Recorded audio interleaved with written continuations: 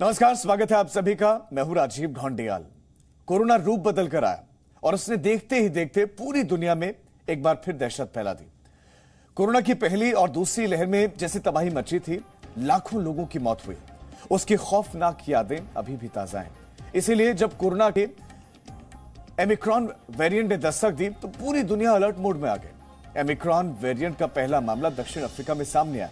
इसके अलावा अफ्रीका के कुछ और देशों में भी ओमिक्रॉन के मरीज मिलने की खबर है। ओमिक्रॉन वेरिएंट बड़ी तेजी से दक्षिण अफ्रीका से यूरोप, ऑस्ट्रेलिया और इजराइल तक पहुंच गया है।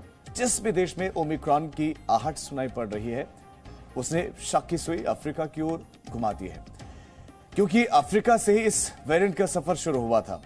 कई देशों ने तो अफ्रीकी देशों से हवाई यात्राओं पर पाबंदी तक लगा दी है, लेकिन दक्षिण अफ्रीका मेडिकल एसोसिएशन का दावा है कि ओमिक्रॉन को लेकर जरूरत से ज्यादा पैनिक किया जा रहा है। एसोसिएशन के मुताबिक दक्षिण अफ्रीका में ओमिक्रॉन के केसेस जरूर मिले हैं, लेकिन मरीजों की हालत गंभीर नहीं है। इसीलिए दुनिया को चाहिए कि वो ओमिक्रॉन से सावधान रहे, लेकिन घबराए नहीं।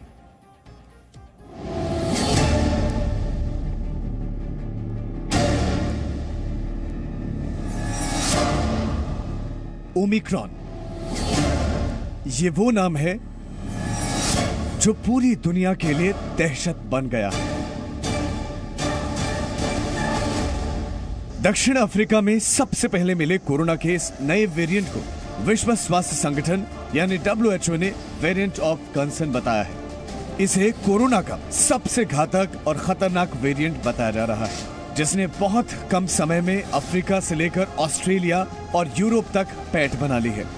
इंटरनेशनल मीडिया रिपोर्ट्स के मुताबिक ओमिक्रॉन वेरिएंट अब तक दक्षिण Africa, Australia, Italy, Germany, Netherlands, Britain, Israel, Hong Kong, Botswana, Belgium. Omicron delta से ज्यादा खतरनाक है।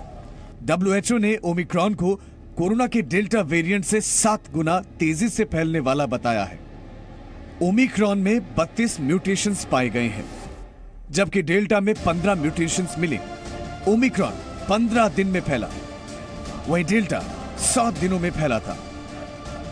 ओमिक्रॉन के अब तक 9 देशों में मरीज मिले, जबकि डेल्टा के 100 देशों में मरीज मिले। हालांकि भारत में ओमिक्रॉन का एक भी केस नहीं है, लेकिन डेल्टा के केस भारत में पाए गए हैं। डेल्टा पर वैक्सीन असरदार है, जबकि ओमिक्रॉन पर वैक्सीन का असर होगा या नहीं, यह अभी तक साफ नहीं है। दक्षिण अफ्रीका में कोरोना के ओमिक्रॉन वेरिएंट का सबसे पहले पता चला था, इसीलिए पूरी दुनिया की नजर दक्षिण अफ्रीका पर है। ये वायरस है, ये अभी तक हमारे देश से रिपोर्ट नहीं हुआ है, बट काफी तेजी से फैल रहा है। साउथ अफ्रीका में रिपोर्ट हुआ, फिर अभी दूसरी कंट्रीज में भी आ रहा है। तो सरकार इस तरह के कदम उठा सकती है जिससे कि जो इंटरनेशनल ट्रैवल है उसको ज्यादा सतर्कता से किया जाए। साथ ही साथ जो जिस कंट्री में अभी इस वायरस के स्ट्रेन का सर्कुलेशन देखा गया है, जहां पर ये वायरस पाया गया है, वहां से कुछ स्ट्रिक्ट नॉर्म्स बनाने की जरूरत पड़ सकती है। लेकिन दक्षिण अफ्रीका मेडिकल एसोसिएशन के मुताबिक दक्षिण अफ्रीका में ओमिक्रॉन का कहर कम है। एसोसिएशन ने बयान जारी करते हुए कहा है कि ओमिक्रॉन मरीजों में खांसी, जुकाम के हल्के लक्षण पाए गए हैं। ओमिक्रॉन के ज्यादातर मरीज अस्पताल में भर्ती नहीं है। साथ ही जिन लोगों ने वैक्सीन लगवाई है, उनमें ओमिक्रॉन वेरिएंट के लक्षण नहीं है। ऐसे में दुनिया भर में दहशत फैलना समझ से परे है। ये जो नया स्ट्रेन है, ओमिक्रॉन स्ट्रेन, जो अभी साउथ अफ्रीका से आइसोलेट हुआ है, साउथ अफ्रीका के न्यू स्ट्रेन के नाम से भी लोग इसको कॉमनली जान रहे हैं। इस स्ट्रेन की खास बात यह है कि डेल्टा वेरिएंट में और म्यूटेशंस हुए हैं। 32 म्यूटेशंस हैं जो स्पाइक प्रोटीन में है। इस म्यूटेशंस का ये प्रभाव पड़ सकता है कि जो वैक्सीन इंड्यूस एंटीबॉडी है, क्योंकि ज्यादातर वैक्सीन, स्पेशली अगर हम भारत में देखें तो कोविशील्ड है, स्पुतनिक है, ये जो है स्पाइक प्रोटीन के अगेंस्ट ही वैक्सीन का टारगेट था। सो इसमें कुछ चेंजेस आए हैं इसके जो स्पाइक प्रोटीन में, इस नए वेरिएंट में, तो वैक्सीन की इम्यूनिटी को इवेड कर सकता है। कई देशों ने ओमिक्रॉन वेरिएंट की एंट्री पर रोक लगाने के लिए साउथ अफ्रीका से आने जाने वाली उड़ानें रद्द कर दी हैं, जिस पर दक्षिण अफ्रीका ने निराशा जताई है। दक्षिण अफ्रीका मेडिकल एसोसिएशन ने कहा, ओमिक्रॉन के बारे में पूरी जानकारी के बिना ही कुछ देशों ने उड़ानें रद्द कर दी। ये बहुत ही निंदनीय है। लेकिन दक्षिण अफ्रीका में पिछले एक हफ्ते में जो आंकड़े सामने आए हैं, उससे यह साफ है कि वहां कोरोना के मामले लगातार बढ़ रहे हैं।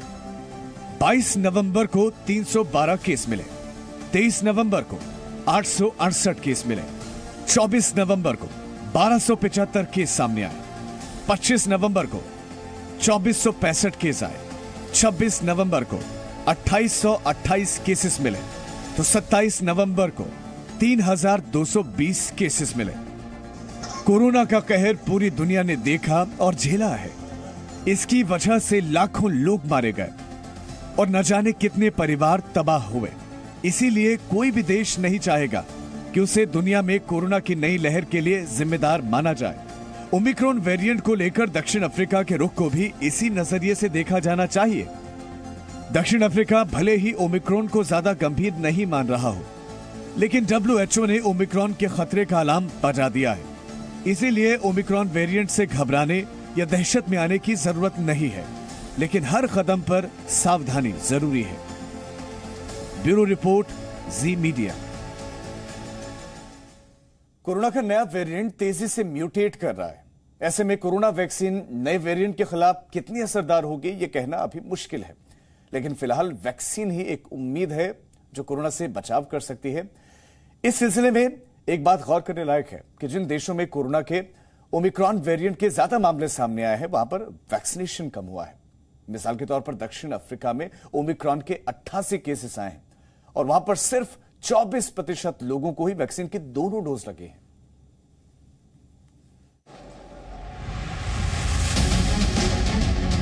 दक्षिण अफ्रीका दावा कर रहा है कि वहां ओमिक्रॉन का कहर कम हो रहा है और दहशत में आने की कोई बात नहीं है। लेकिन कोरोना के नए वेरिएंट का डर दक्षिण अफ्रीका के लोगों में दिखाई दे रहा है। तस्वीरें जोहान्सबर्ग की हैं, जहां लोग कोरोना वैक्सीन लेते नजर आ रहे हैं। लोगों का कहना है कि यह वेरिएंट वैश्विक चिंता का विषय है, साथ ही ये डेल्टा वेरिएंट से ज्यादा खतरनाक है। I am worried because, well, it's apparently more dangerous than the previous one due to mutations. So it does bring a lot of worry to me. It's a global concern, it worries everyone. I'm very, very scared. That is why I even came to vaccinate. Because initially I was like, let me see how it goes. But now, it's a thing of concern. लेकिन दक्षिण Africa में vaccination के जो आंकड़े सामने आए हैं वो वाकई चौंकाने वाले हैं। आंकड़ों के मुताबिक दक्षिण अफ्रीका में अब तक 28.3% लोगों को वैक्सीन की पहली डोज मिली है और सिर्फ 23.8% लोगों को वैक्सीन की दोनों डोज मिली है। ये कहा जा रहा है कि इसमें वैक्सीनेशन होने के बाद लोगों में केस नहीं मिला है। तो जैसा इस वायरस का भी जो म्यूटेटेड स्ट्रक्चर सामने आया है, उससे ऐसा प्रतीत होता है कि वैक्सीन जो है वो उस लेवल की प्रभावी ना साबित हो जिस लेवल की वो जो हमने शुरू में डेवलप किया था, जो वैक्सीन थी अल्फा वेरिएंट, बीटा वेरिएंट और डेल्टा वेरिएंट को स्ट्रक्चर को लेकर। ऐसे में सवाल उठता है कि क्या दक्षिण अफ्रीका में कम वैक्सीनेशन की वजह से ओमिक्रॉन वेरिएंट का खतरा ज्यादा बढ़ा है? साथ ही नए वेरिएंट का वैक्सीनेशन पर कितना असर होगा, ये कहना मुश्किल है। ऐसे में सावधानी बरतना ही एकमात्र उपाय है। The country's economic hub, Johannesburg, in the Gauteng province, the situation is not as dire at the moment, but certainly the number of cases are on the rise, and citizens have been warned to take all necessary precautions. If I can give you numbers, in the last 10 days, the number of new cases was hovering about 200 or so. Today, we are sitting at 2,828 cases. The scientists and experts are still monitoring this new variant and have said so far 22 cases of Omicron have been found. Experts say they found this new variant in 3 provinces so far, that is Gauteng being the most prevalent, followed by Limpopo and Northwest Province. अब आपको बताते हैं कि दक्षिण Africa के अलावा जिन देशों में कोरोना का नया वेरिएंट पाया गया है, वहां वैक्सीनेशन कितना है। ऑस्ट्रेलिया में कोरोना के नए वेरिएंट के 2 केस पाए गए हैं, जहां 77.4% लोगों को वैक्सीन की पहली डोज मिल चुकी है और 72.3% लोग पूरी तरह वैक्सीनेटेड हैं। इटली में 1 केस मिला है, वहां 78% लोग वैक्सीन की पहली डोज ले चुके हैं। और 72.8% लोगों को दोनों डोज लग चुकी है।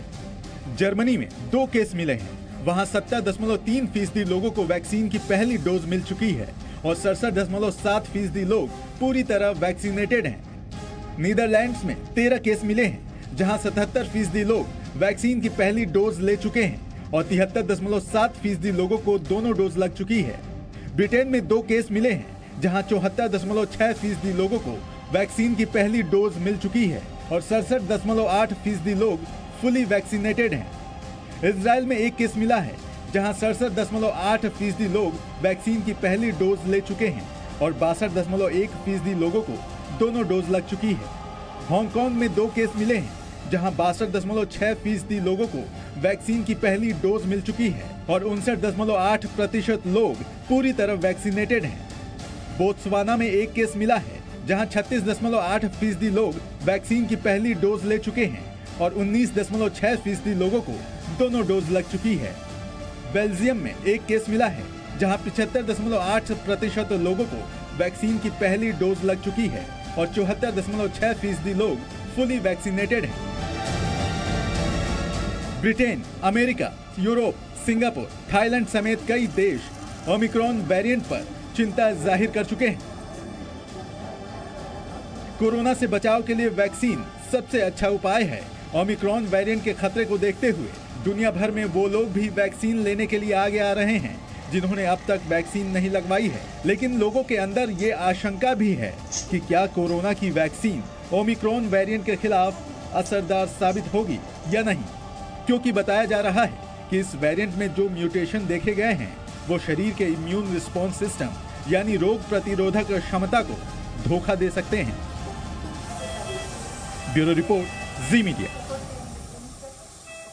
जैसे कि हमने आपको पहले बताया कि दक्षिण अफ्रीका में मिले नए वेरिएंट के बाद कई देशों ने अफ्रीकी देशों को जाने वाली और वहां से आने वाली उड़ानों पर बैन लगा दिया है, जिसकी वजह से यात्री दक्षिण अफ्रीका में फंस गए हैं। तस्वीरें जोहानिसबर्ग एयरपोर्ट की हैं। यहां पर यात्रियों की भीड़ दिखाई दी। ये दक्षिण अफ्रीका में मौजूद विदेशी लोग हैं जो अपने देश लौटना चाहते हैं। शुक्रवार को यूरोपियन कमीशन ने प्रतिबंध लगाते हुए अफ्रीका के कई देशों की उड़ानें रद्द कर दी थी, जबकि ब्रिटेन ने 10 देशों को रेड लिस्ट में शामिल किया था।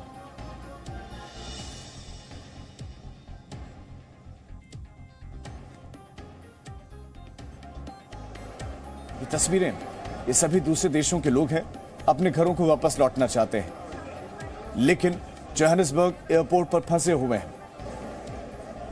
अन्य देशों के बैन के बाद यह स्थिति बनी हुई है।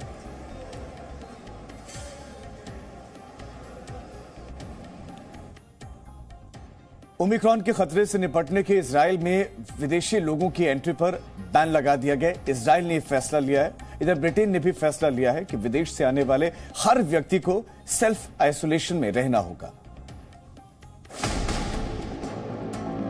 कोरोना के नए वेरिएंट से मुकाबले के लिए पूरी दुनिया में तैयारी चल रही है। इजराइल से लेकर ब्रिटेन तक ओमिक्रॉन का डर देखा जा रहा है।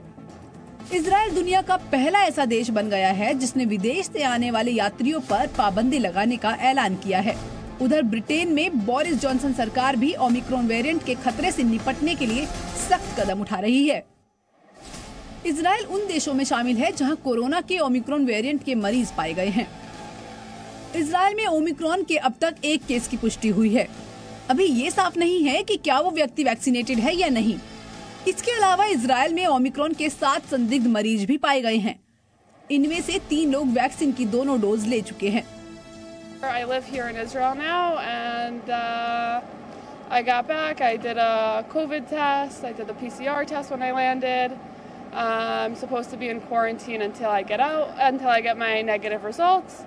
And that's it. I'm not too nervous about what's going on. I assume that I'm vaccinated. I had COVID already, so I think everything should be fine. Omicron के संक्रमण को रोकने के लिए इजराइल की सीमाएं विदेशी लोगों के लिए बंद कर दी गई हैं। इजराइल सरकार ने आदेश दिया है कि किसी भी अन्य देश के नागरिक को फिलहाल एंट्री नहीं दी जाएगी।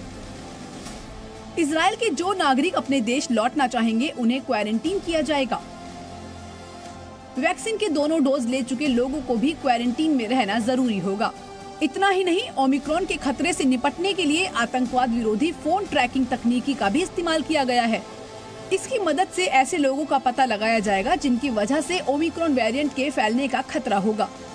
हालांकि 12 दिसंबर को इजराइल में होने वाली मिस यूनिवर्स प्रतियोगिता के कार्यक्रम में फिलहाल फेरबदल नहीं किया गया है।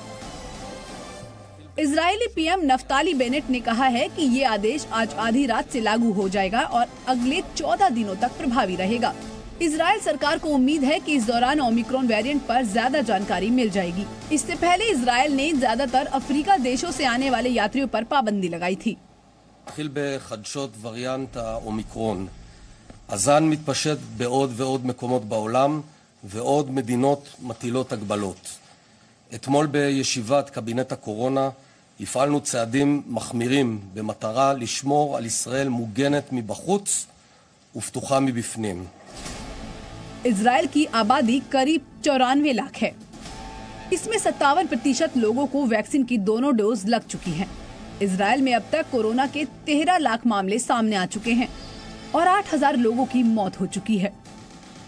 इजराइल के बाद अब ब्रिटेन की बात करते हैं। बोरिस जॉनसन सरकार ने आदेश दिया है कि विदेश से आने वाले सभी लोगों को सेल्फ आइसोलेशन में रहना होगा। उनका आरटीपीसीआर टेस्ट भी करवाया जाएगा। निगेटिव रिजल्ट आने पर ही उन्हें सेल्फ आइसोलेशन से बाहर आने की इजाजत होगी। On Wednesday, we received news of a new variant, the so-called Omicron variant, and I want to express my deep gratitude to scientists in South Africa who identified this new variant and shared the information widely and immediately. बाजारों और सार्वजनिक परिवहन में mask लगाना जरूरी होगा। सरकार लोगों को बूस्टर डोज उपलब्ध करवाने की भी तैयारी कर रही है। भारत में इजरायल के राजदूत ने कहा है कि इजरायल में मौजूद भारतीय लोगों को परेशान होने की जरूरत नहीं है। उन्हें इजरायल से भारत आने में किसी तरह की कोई समस्या नहीं आएगी। There is no problem for Indians to leave Israel as long as Air India is flying, because these are the only flights now. As long as there are flights, people can go out. It's not a problem. Coming into Israel, it's only for people with permanent residency. So Indians who have been working, living, studying in Israel already, they can come in. No problem with that. Presenting B News app, available on Google Play and App Store. Download it now.